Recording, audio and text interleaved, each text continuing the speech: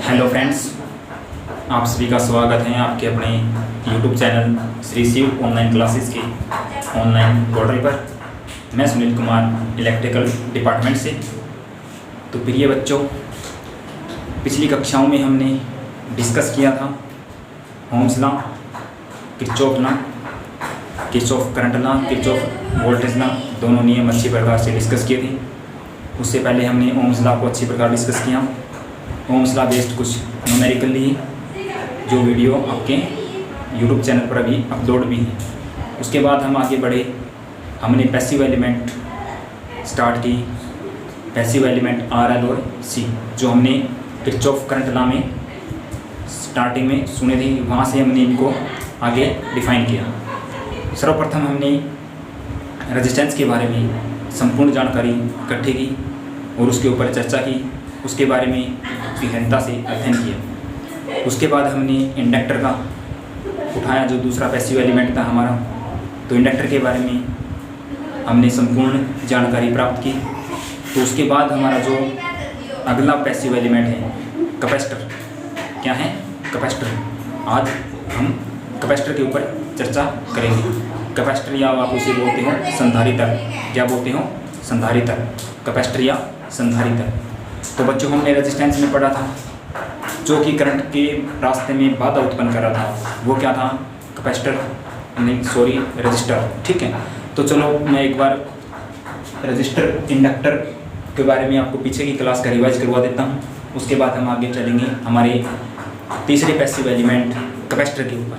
ठीक है, चलिए बच्चों, सर्वप्रथम हमने पढ़ा था पैसिव एलिमेंट में क्या पढ़ा था कि रेजिस्टेंस पढ़ा था।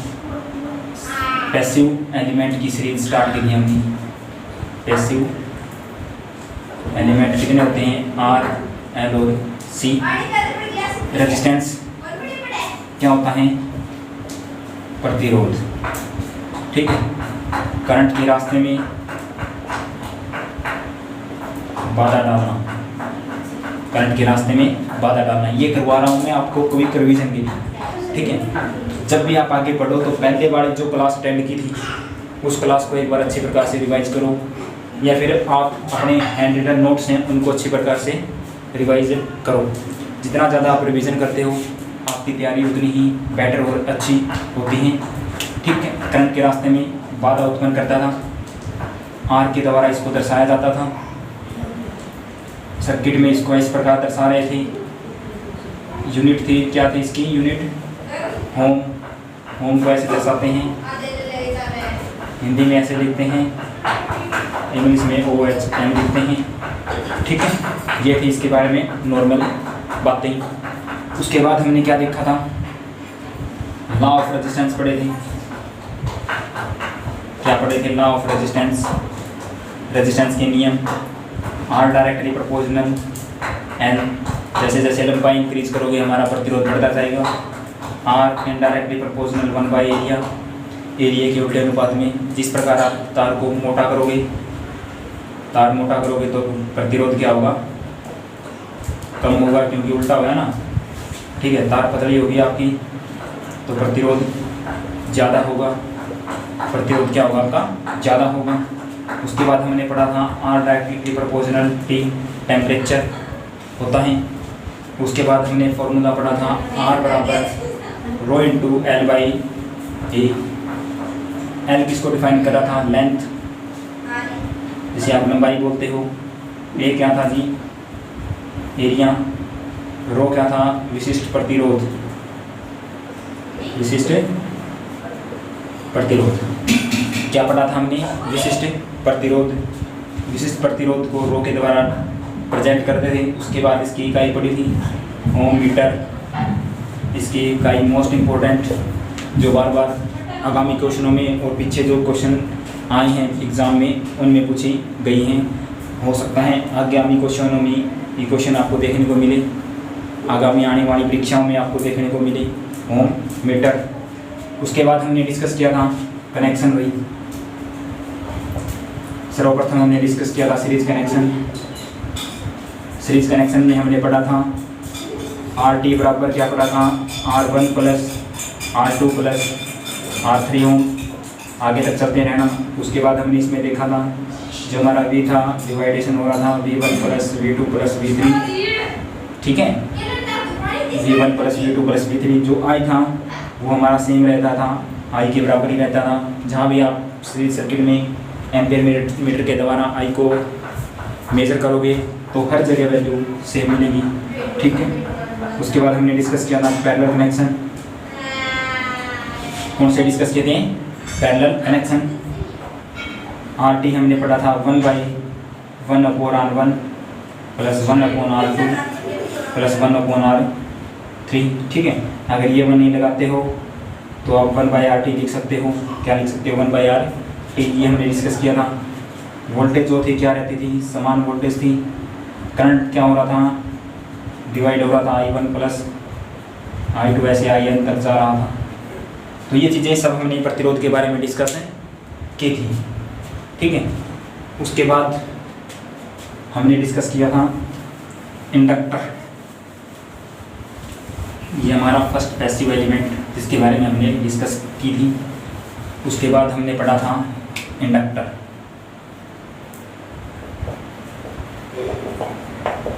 इंडक्टर क्या होता है जी? एक कॉइल होती है, इंडक्टर है, ठीक है। ये क्या करता है? करंट में होने वाली परिवर्तनों का विरोध करता है। करंट में होने वाले परिवर्तनों का विरोध करता है। एल के द्वारा इसे दर्शाते थे। हेनरी इसकी इकाई थी जी। क्या थी इसकी इकाई? हेनरी। जोसेफ हेनरी नामक वैज्ञानिक थे जिन्होंने 19वीं सदी में इसके बारे में जानकारी दे दी। 19वीं सदी कहाँ के थे? अमेरिका के वैज्ञानिक थे। कहाँ के वैज्ञानिक थे? अमेरिका। जोसेफ हेनरी, उन्हीं के सम्मान में इसकी इकाई हेनरी रखी गई।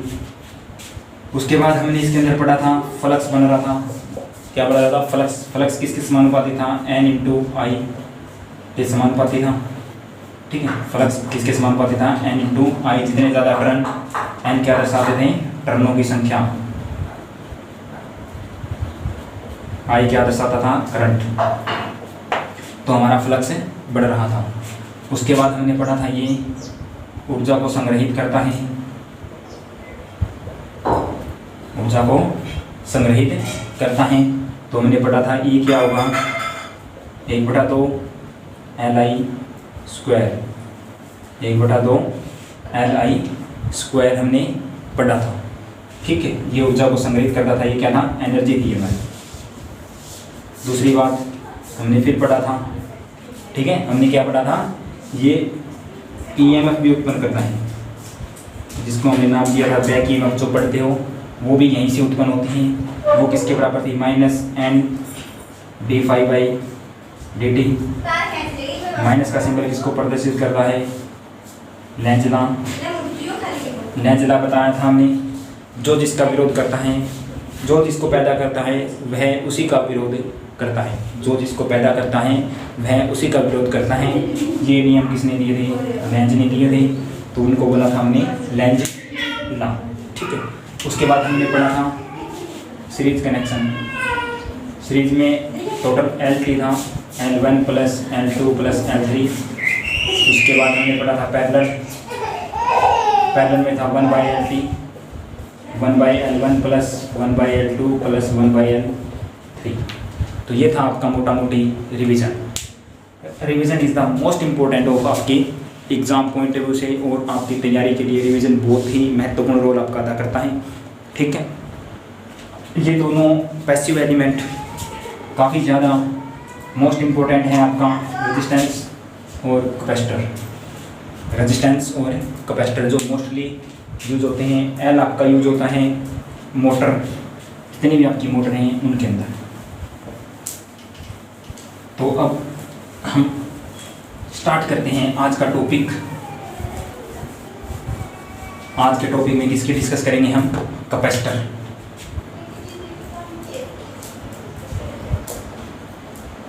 कैपेसिटर जिसको हिंदी में बोलते हैं संधारित्र।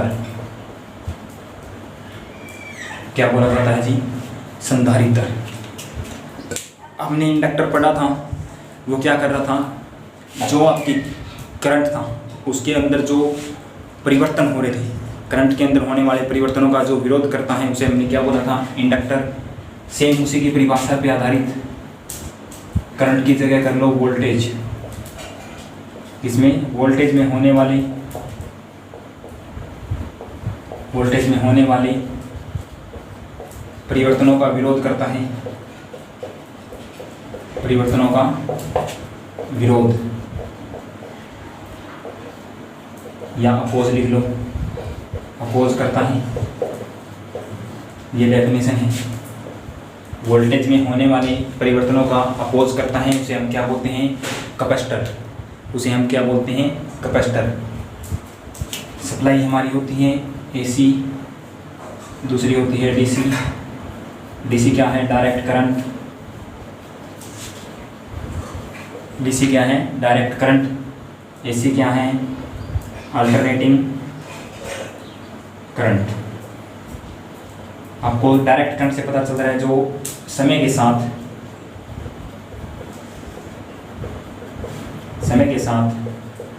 अपना मान व दिशा ना बदले, समय के साथ अपना मान व दिशा ना बदले, हम उसे क्या बोलते हैं, डायरेक्ट करंट। जो समय के साथ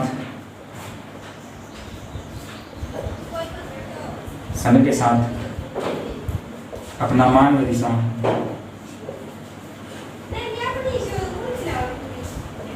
बदलती रही उसे क्या बोला जाता है, अल्टरनेटिंग करंट। उसे क्या बोला जाता है, अल्टरनेटिंग करंट। देखो ये डीसी का अपोज नहीं करता, डीसी को अपने अंदर से प्रभावित होने देगा आसानी से, कोई दिक्कत नहीं। लेकिन किस में डिपेंड है, यहाँ पे हमारा क्या होता है, एक बार वोल्टेज मैक्सिमम वैल्यू, यहाँ पे आपकी मैक्सिमम वैल्यू होगी मैक्स, यहाँ में आपकी मिनिमम वैल्यू होगी, फिर यहाँ मैक्सिमम वैल्यू होगी, यहाँ फिर मिनिमम वैल्यू होगी। तो ये जो समय के साथ साथ वैल्यू में बढ़ोतरी और घटोतरी हो रही है उसी का विरोध करता है कौन, कैपेसिटर। ठीक है जी, कौन करता है उसका विरोध, कैपेसिटर। अच्छी प्रकार से कैपेसिटर की परिभाषा आपको समझ में आई होगी। अगर इस परिभाषा को समझने में परेशानी है, दिक्कत है, तो एक परिभाषा और बता देते हैं आपको छोटी सी, देखिए।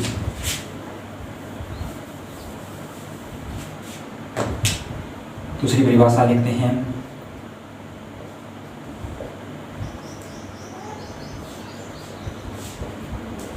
ऐसी युक्ति जो ऊर्जा को या एनर्जी को स्टोर करती हो। ठीक है, एक ऐसी युक्ति जो ऊर्जा को स्टोर करती हो। किस बेस पे स्टोर करेगी जी, इसके अंदर चालक प्लेटों के मध्य अचालक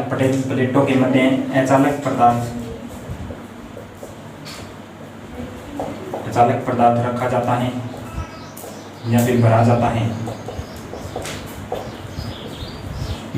है। इसके अलावा परिभाषा लिख सकते हो।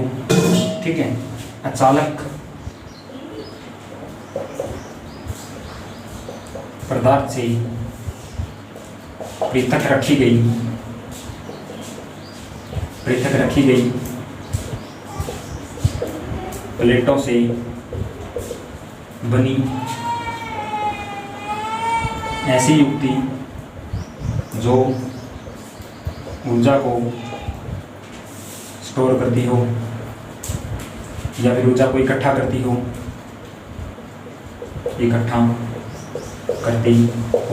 उसे क्या बोलते हैं, कैपेसिटर बोला जाता है, संधारित्र बोला जाता है।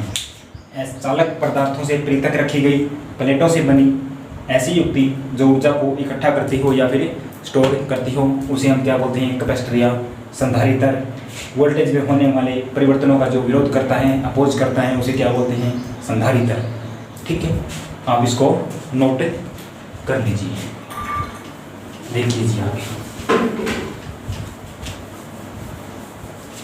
अब हमारा क्या है, संधारित्र या कैपेसिटर। क्या है, कैपेसिटर। ठीक है, कैपेसिटर का सिंबल है जी ये कैपेसिटर का सिंबल पॉजिटिव नेगेटिव। ठीक है, दोनों जो प्लेट हैं समान होनी चाहिए। ये आपकी क्या है, प्लेट है, ये आपकी जो आप निशान समझ रहे हो, निशान दोनों समान होने चाहिए। ठीक है, दोनों समान होने चाहिए, बीच में गैप होना चाहिए, एक साइड पॉजिटिव एक साइड नेगेटिव। ये सिंबल है आपका कैपेसिटर, क्या है सिंबल है। अगला क्वेश्चन, यूनिट, इसकी इकाई क्या होगी, इसकी इकाई होती है फैरेड। क्या होती हैं, फैरेड। इसकी इकाई क्या होती है, फैरेड। बट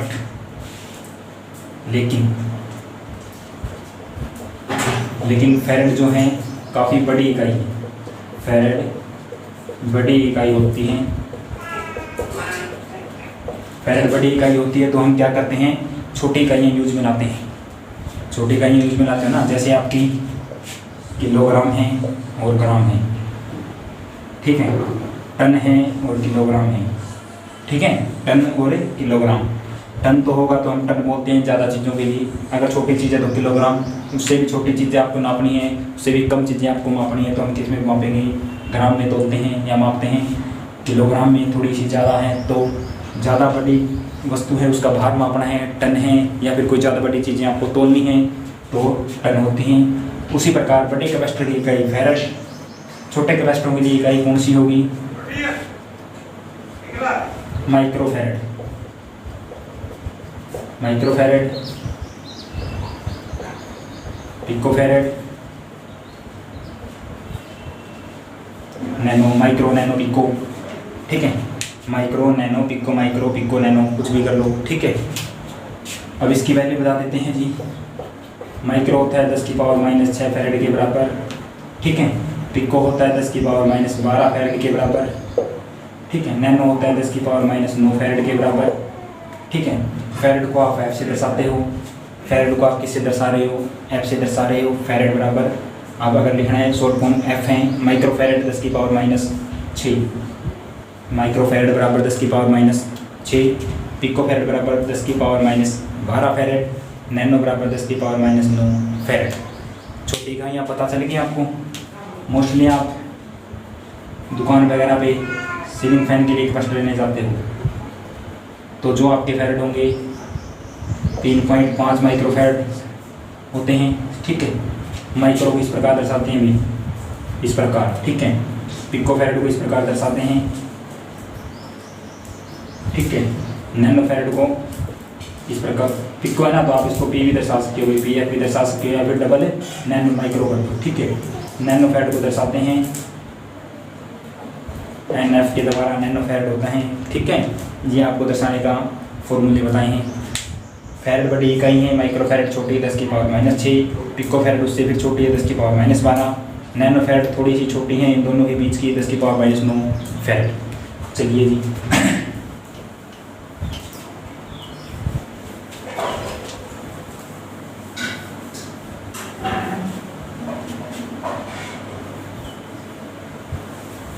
ये हमारा था कैपेसिटर।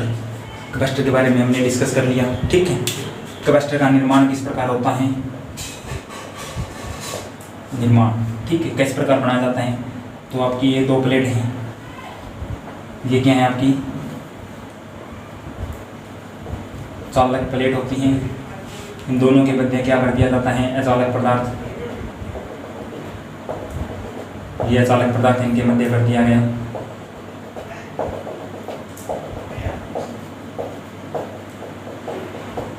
ये क्या कर दिया जी, अचालक पदार्थ। ठीक है, अब आपका ये पॉजिटिव टर्मिनल हो जाएगा, ये नेगेटिव टर्मिनल हो जाएगा। जब आप इसको सप्लाई के साथ जोड़ोगे, सप्लाई के साथ जोड़ते हो तो दोनों प्लेटों के अंदर चार्ज इकट्ठा हो जाता है। पॉजिटिव के ऊपर चार्ज इकट्ठा होगा, क्या इकट्ठा होगा जी, चार्ज इकट्ठा हो जाता है। जब आप इसे एक बार चार्ज करके छोड़ सकते हो, जब आपको अचानक से चार्ज की आवश्यकता हो तब आप इस चार्ज का यूज कर सकते हो। सीलिंग फैन में पानी की मोटर होती है, समर्सिबल की मोटर होती है, या फिर आपकी जितनी भी इलेक्ट्रिशियन की जितनी भी मोटर हैं, सब मोटरों में आपको कैपेसिटर देखने को मिलेंगे। क्या देखने को मिलेंगे, कैपेसिटर सभी चार्ज होते हैं, ठीक है। तो कैपेसिटर निर्माण इस प्रकार होता है, उनके अंदर प्लेटें डाली जाती हैं, उनके मध्य अचालक पदार्थ डाल दिया जाता है, ठीक है, और उसके टर्मिनल होते हैं, वो क्या करते हैं, चार्ज को इकट्ठा करती हैं दोनों प्लेटें, ठीक है। दोनों प्लेटों से इकट्ठा चार्ज आप बाद में भी यूज कर सकते हो। इस प्रकार इसका निर्माण होता है, ठीक है।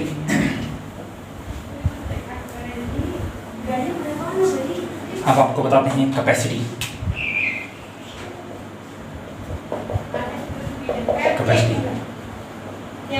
चार्ज इकट्ठा करने की अक्षमता, चार्ज इकट्ठा करने की अक्षमता को हम कैपेसिटी या फिर हिंदी में क्या बोला जाता है, धारिता। चार्ज इकट्ठा करने की अक्षमता, कितना चार्ज वो स्टोर कर सकता है।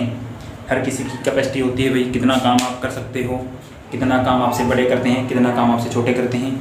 सेम उसी प्रकार चार्ज इकट्ठा करने की अक्षमता, उसे क्या बोलते हैं, धारिता या कैपेसिटी, ठीक है। चार्ज इकट्ठा करने की अक्षमता। देखो जी, अब हमारा एक क्वेश्चन निकल जाता है या फिर फॉर्मूला निकल जाता है, क्या बराबर होता है CV, ठीक है। क्या क्या है, चार्ज, C क्या है, कैपेसिटी, V क्या है, वोल्ट या वोल्टेज, ठीक है। अब यहाँ से आप C बना सकते हो, C बराबर हो जाएगा क्या, वो कौन, V। ये most important formula of capacity, most important formula of capacity. Capacity निकालने के लिए आप charge upon volt, charge upon volt, charge की इकाई क्या है, कूलम्ब, वोल्टेज की इकाई क्या है, वोल्ट, ठीक है। वोल्टेज की इकाई क्या है, वोल्ट। क्या वो अपॉन V, C बराबर क्या वो अपॉन V। अब यहाँ से आप एक्स्ट्रा फॉर्मूले बना सकते हो, क्या बराबर CV है, C बराबर क्या बटा V है, V बराबर बना दो भाई क्या वो अपॉन C, ये वोल्टेज होगी, ये किसका फॉर्मूला हो गया, वोल्टेज का। वोल्टेज बराबर क्या वो अपॉन C, वोल्टेज बराबर क्या वो अपॉन C, ठीक है। ये आपके क्या बन गए, फॉर्मूले। चलो जी आगे देखते हैं।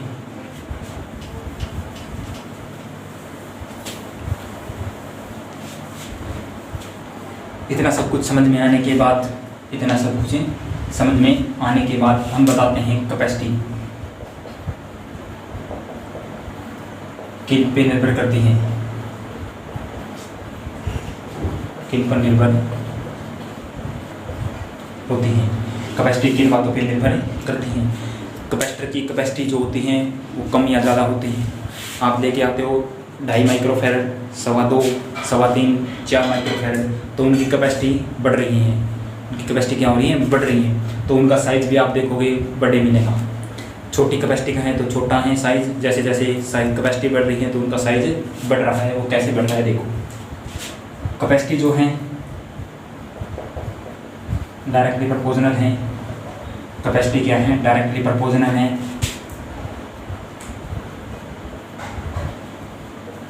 प्लेटों के साइज की, प्लेटों के साइज के डायरेक्टली प्रोपोर्शनल हैं। प्लेटों का साइज अगर ज़्यादा है कैपेसिटी ज़्यादा, प्लेट अगर पतली हैं, मतलब जो गैप होता है ना, जैसे ऐसी प्लेटें यूज़ कर रहे हो आप इस प्रकार की, ठीक है, ऐसी प्लेटें हैं, अगर ये पतली चौड़ी हैं तो इसका क्या होगा, साइज पे डिपेंड है, कैपेसिटी ज़्यादा होगी। दूसरी बात, कैपेसिटी इनडायरेक्टली प्रोपोर्शनल है 1/d², ठीक है, 1/d²। डी का मतलब है दोनों प्लेटों के मध्य दूरी, दोनों प्लेटों के मध्य दूरी के उल्टे अनुपात में होती हैं। दोनों प्लेटों के मध्य दूरी के उल्टे अनुपात में क्या होती है, आपकी कैपेसिटी होती है। दोनों प्लेटों के मध्य दूरी का जो अनुपात है उसके उल्टे अनुपात में आपकी क्या होगी, कैपेसिटी। प्लेटों के साइज के सीधे अनुपात में आपकी क्या होगी, कैपेसिटी। तीसरी बात है आपकी कैपेसिटी डिपेंड करती है इंसुलेटिंग मटेरियल, इंसुलेटिंग मटेरियल की प्रॉपर्टी, ठीक है। या फिर आप लिख सकते हो अचालक पदार्थ की प्रकृति। आपका अचालक पदार्थ कैसा है, ठीक है। अचालक पदार्थ की प्रकृति या उसकी डाइलेक्ट्रिक स्ट्रेंथ पे निर्भर करती हैं, उसकी डाइलेक्ट्रिक स्ट्रेंथ पर भी कैपेसिटी आपकी निर्भर करती हैं। इन सभी बातों पे आपकी क्या निर्भर करती हैं, कैपेसिटी निर्भर करेगी। डायरेक्टली प्रोपोर्शनल प्लेटों के साइज 1/d² मतलब कैपेसिटी दोनों प्लेटों की मध्य दूरी के उल्टे अनुपात में। उसके बाद कैपेसिटी इंसुलेटिंग मटेरियल की प्रॉपर्टी या चालक पदार्थ की प्रकृति पर भी निर्भर करती है। ठीक है, चलिए बच्चों आगे देखते हैं। चलिए बच्चों आगे हम डिस्कस करते हैं थोड़ा और।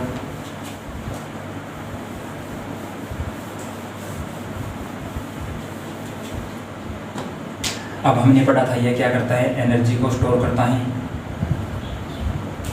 क्या करता है, एनर्जी को स्टोर करता है। जिस प्रकार एनर्जी को स्टोर हमारी इंडक्टर कर रही थी, इंडक्टर के केस में हमने एनर्जी स्टोर का फार्मूला देखा था। क्या था, 1/2 Li² in case of inductor.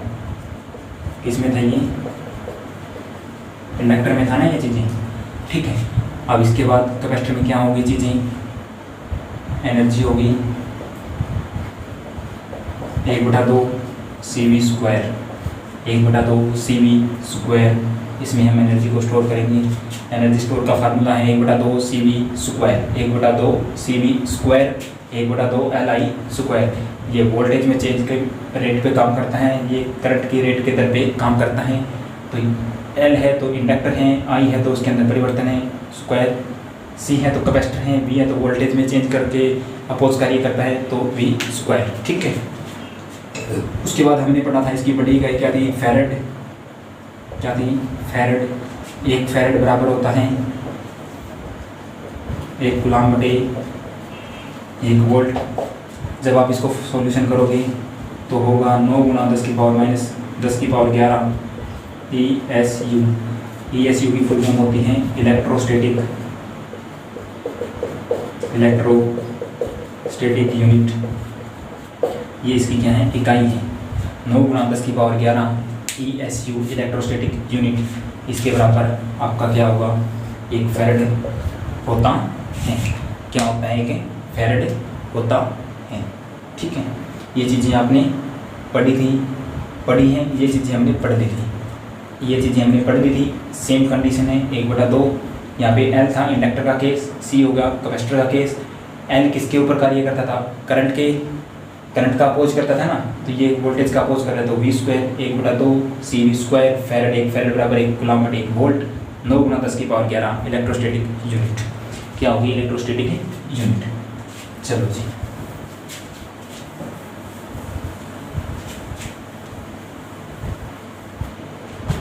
अब देखो, अब कुछ ना कुछ ये है ना, कुछ ना कुछ कैपेसिटर हैं तो कुछ ना कुछ इसका प्रतिरोध भी होगा। क्या होगा, प्रतिरोध। कोई भी चीज़ एक्यूरेट नहीं होती तो ये भी कुछ ना कुछ करंट के रास्ते में रुकावट भी डालता है और उसका वोल्टेज का विरोध करता है, तो करंट के रास्ते में रुकावट भी डाल रहा है। करंट के रास्ते में रुकावट डाल रहा है तो इस गुण को हमने क्या बोला, XC। इस गुण को हमने क्या बोला, XC। XC किसको प्रदर्शित करता है, XC किसको प्रदर्शित करता है, कैपेसिटिव रिएक्टेंस। ठीक है, सेम कंडीशन जो हमने इंडक्टर के केस में पढ़ी थी, इसके केस में पढ़ी थी। इंडक्टर के केस में इंडक्टर जो रुकावट डाल रहा था हमने उसे पढ़ा था XL। XL की किसको प्रदर्शित करता था, इंडक्टिव रिएक्टेंस। इंडक्टिव रिएक्टेंस, इसको XL के द्वारा प्रदर्शित करते हैं। इसकी इकाई क्या थी जी, ओम, क्योंकि अब ये रुकावट डाल रहा है, ओम हो गया। सेम इसकी इकाई क्या होगी, ओम होगी। इसको निकालने का फार्मूला था XL बराबर 2πfL। इसको निकालने का फार्मूला है XC बराबर 1/2πfC। XL बराबर 2πfL, XC बराबर 1/2πfC। ये क्या है, C है। इसमें होगा आंसर होम। ये चीज़ें हम इंडक्टर के केस में पढ़ी थी।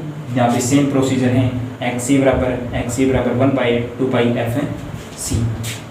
XC बराबर 1/2πfC। ठीक है, XC इनडायरेक्टली प्रोपोर्शनल 1/F/C। ठीक है, एफ और सी। जितनी ज़्यादा कैपेसिटी होगी उतना ही एक्स सी कम होगा, जितनी ज़्यादा फ्रीक्वेंसी होगी उतना ही एक्स सी कम होगा, उतना ही एक्स सी कम होगा। एक्स सी का एक फॉर्मूला है ओमेगा सी नहीं भाई, 1/ओमेगा सी, 1/ओमेगा सी, 1/ओमेगा सी। ओमेगा जो है इसकी वैल्यू होती है 2 एफ। 2 एफ क्या होती है इसकी वैल्यू? 2 एफ। ओमेगा बराबर 2 एफ, ओमेगा बराबर 2 एफ। ओमेगा की यूनिट होती है रेडियन पर second. Most important question, most important objective question, radian प्रति सेकंड किसकी इकाई है? ओमेगा। ओमेगा का नाम है कोणीय आवर्ती, कोणीय, ठीक है, ओमेगा का नाम है कोणीय आवर्ती बोल सकते हो आप इसे, ठीक है, क्या बोल सकते हो? कोणीय आवर्ती। ओमेगा, ओमेगा क्या दर्शाता है आपका? कोणीय आवर्ती, ठीक है। तो ये क्या है? ओमेगा की इकाई क्या है? रेडियन प्रति सेकंड। क्या है? रेडियन प्रति सेकंड इकाई। मोस्ट इंपॉर्टेंट है, हर एग्जाम के मल्टीपल चॉइस क्वेश्चनों में बार बार पूछा जाने वाला क्वेश्चन। ओमेगा बराबर 2 एफ, इकाई रेडियन प्रति सेकंड। इकाई क्या है? रेडियन पर सेकंड। चलिए आगे देखते हैं कुछ।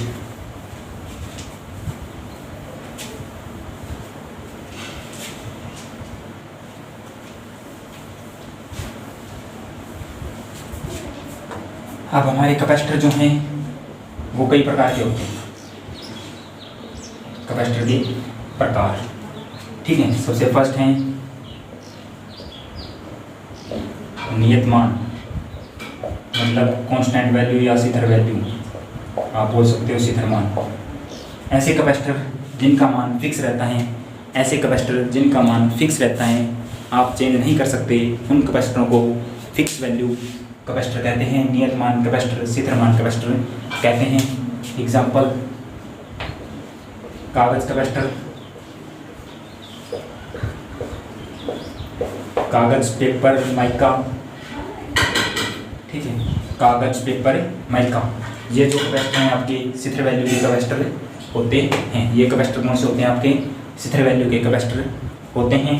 नियतमान, शिथिर मान, एग्जाम्पल कागज, पेपर और माइका। एग्जाम्पल कागज, पेपर और माइका संधारित्र होते हैं, ठीक है। उसके बाद है आपका सेकंड है समायोजनीय वैल्यू। समायोजनीय मान, इसमें आप क्या कर सकते हो? पेचकस के द्वारा इनका मान परिवर्तित कर सकते हो, परिवर्तित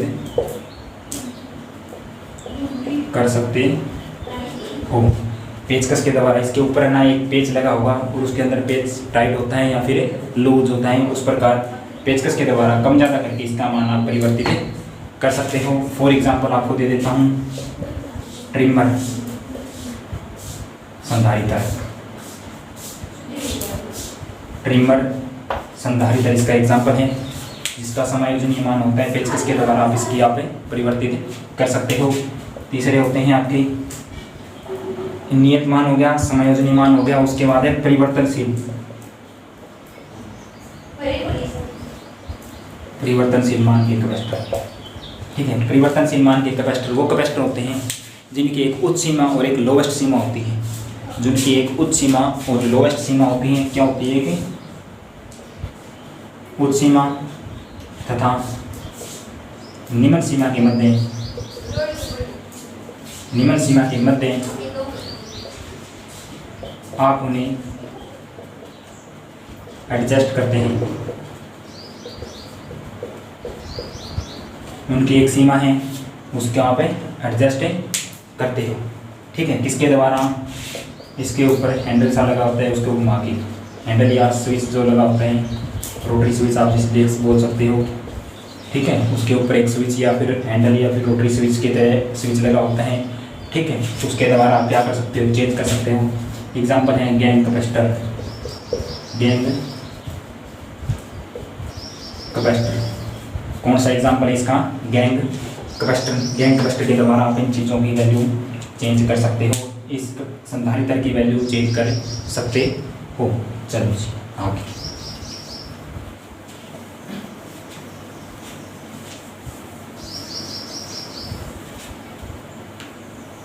अब हम पढ़ते हैं कनेक्शन।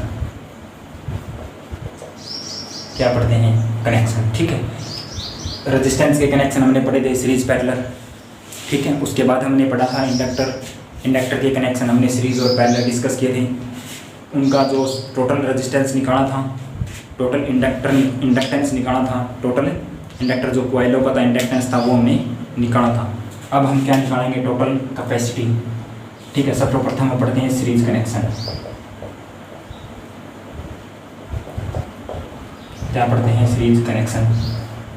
सेम प्रोसीजर है, सीरीज की तरह कनेक्शन कर दो। ये क्या कर दिए जी? कनेक्शन। यहाँ से एसी सप्लाई 20 वोल्ट है, यहाँ से कुछ ना कुछ करंट जाएगा। ठीक है, इसके अंदर कुछ ना कुछ कैपेसिटी, इसकी C1 है, इसकी C2 है, इसकी C3 कैपेसिटी है, क्योंकि अलग अलग कैपेसिटी के कैपेसिटर मैंने सीरीज में ऐड किए हैं। ठीक है, अब कुछ ना कुछ करंट यहाँ से जाएगा, कुछ ना कुछ वोल्टेज जाएगी। सीरीज की कंडीशन हमने पढ़ा था, वोल्टेज हर जगह क्या होगी? डिवाइड होगी। इसके पास वोल्टेज V1, इसके पास वोल्टेज V2, इसके पास वोल्टेज V3। करंट जो हमारा है या फिर हमारा जो चार्ज है, ठीक है, क्या बोलते हो? चार्ज। ठीक है, करंट है या जो चार्ज है वो हमारा क्या रहेगा? इसमें हमने चार्ज को इकट्ठा कर रहे हैं ना, तो हम चार्ज दे रहे हैं। ठीक है, करंट और चार्ज। ठीक है, तो हम चार्ज दे रहे हैं तो इसमें वैल्यू कुछ ना कुछ चार्ज होगा। तो हमने देखा V बराबर V1 V2 प्लस V3 होगा। ठीक है, V बराबर V1 plus V2 plus V3 होगा, क्योंकि सीरीज में वोल्टेज डिवाइड होगी। चार्ज है वो हर जगह सेम रहेगा। कैपेसिटी इनकी C1 C2 और C3 है। हम फॉर्मूला पढ़ सके हैं, क्या वो बराबर CV। ठीक है, V बराबर क्या होगा? क्या वो अपॉन C, क्या वो अपॉन C। देखो हम लिखते हैं V बराबर V1 है ना, तो इसकी वोल्टेज क्या होगी? क्या वो अपॉन C1, क्योंकि कैपेसिटी इसकी कम हो या ज़्यादा हो तो डिपेंड कैपेसिटी है, प्लस क्या वो अपॉन C2 प्लस क्या वो अपॉन C3। यहाँ तक आशा करता हूँ समझ में आया होगा आपको। ठीक, उसके बाद इस साइड क्या है? V, क्या वो सब में कॉमन है, मैंने बाहर निकाल दिया। अंदर क्या रहेगा जी? 1/C1 plus 1/C2 plus 1/C3। ठीक है, ये यहाँ पे गुणा में इस साइड आगे क्या होगा? भाग। मैं लिख सकता हूँ C1 plus 1/C2 plus 1/C3। अब देखो जी, हम यहाँ से C की वैल्यू निकालते हैं। क्या निकालते हैं? C की वैल्यू। C बराबर होगा क्या वो अपॉन V, क्या वो अपॉन V। बट मैंने क्या किया? इसको चेंज कर दिया, इसको चेंज कर रहा हूँ V अपॉन क्या में, तो इसको भी पलट दोगे। इसके बटे में 1 है तो 1/C हो जाएगा। ठीक है, एक V अपॉन क्या इसके बराबर 1/C लिख सकता हूँ। 1/C T लिखना पड़ेगा क्योंकि सबकी टोटल करनी है, तो C आगे formula 1/C1 plus 1/C2 plus 1/C3। इस प्रकार आप टोटल कैपेसिटी निकालते हो। कैपेसिटी किस में मापते हो? फैरेड में। इसकी इकाई क्या होगी? फैरेड। सीरीज में टोटल कैपेसिटी निकालने का फॉर्मूला 1/CD बराबर 1/C1 plus 1/C2 plus 1/C3।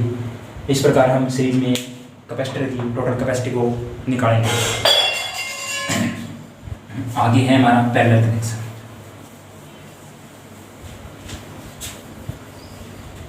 आगे हमारा कौन सा है जी? Parallel connection.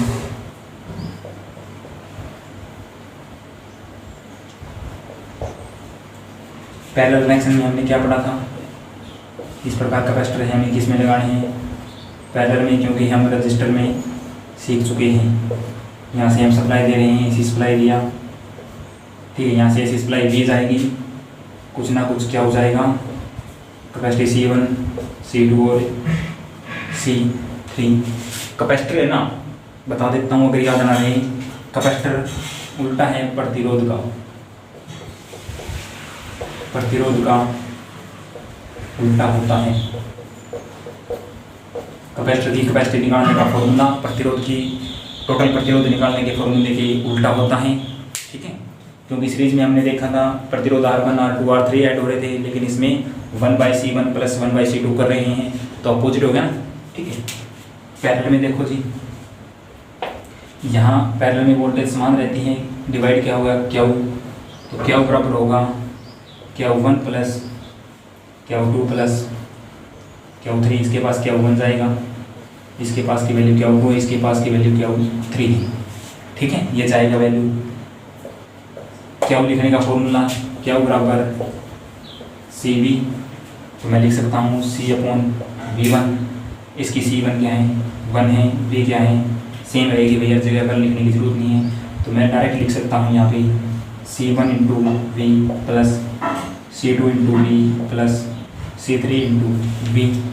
ठीक है, क्या किया मैंने, कॉमन निकाल दिया V, C1 plus C2 plus C3, यहाँ तक काम सही हो गया ना। देखो इसके बराबर क्या हुए हैं, इसके बराबर क्या हुए हैं, क्या किया ये V यहाँ पे भाग गुणा में इस साइड आगे भाग में हो गया, C1 plus C2 plus C3, क्या बटा V क्या होता है, यहाँ से आप वैल्यू निकालो, C बराबर क्या बटा V, C के बराबर है, मैं यहाँ रख सकता हूँ CT बराबर, या फिर टोटल C बराबर C1 plus C2 plus C3 farad, क्या होगा फैरेड। ठीक है, तो बच्चों आज की क्लास में हमने इससे पहले रेजिस्टेंस, इंडक्टर और आज की क्लास में हमने कैपेसिटर को कंप्लीट किया। जो हमारे पैसिव एलिमेंट थे उनके ऊपर हमारी जो क्लास थी वो कंप्लीट हुई। आशा करता हूँ आप सभी को अच्छी प्रकार से समझ आया होगा। तो इसी प्रकार हम धीरे धीरे हर रोज़ आगे आने वाले दिनों में कंटिन्यू इलेक्ट्रिशियन थ्योरी को धीरे धीरे एंड तक लेके जाने की कोशिश करेंगे, जो मैं निरंतर प्रयास कर रहा हूँ। जितना बेटर हो सकता है आपको समझाने की कोशिश कर रहा हूँ। आशा करता हूँ आप सभी को अच्छी प्रकार समझ आया होगा। फिर भी कोई डाउट हो, कुछ रह गया हो, तो प्लीज़ आप कमेंट बॉक्स में कमेंट ज़रूर करें। उस चीज़ का रिप्लाई मैं आपको जस्ट या फिर थोड़ी देर में जैसे ही टाइम मिलेगा आपको दूंगा, या अगली वीडियो में उस प्रॉब्लम का सॉल्यूशन किया जाएगा। ठीक है, आज की वीडियो में हम यहीं समाप्त करते हैं। अगले क्लास में हम पढ़ेंगे आने वाले जो आपके लिए मोस्ट इम्पोर्टेंट टॉपिक होंगे एग्ज़ाम पॉइंट ऑफ व्यू से, उन पे हम डिस्कस करेंगे। तब तक के लिए thank you, all the best.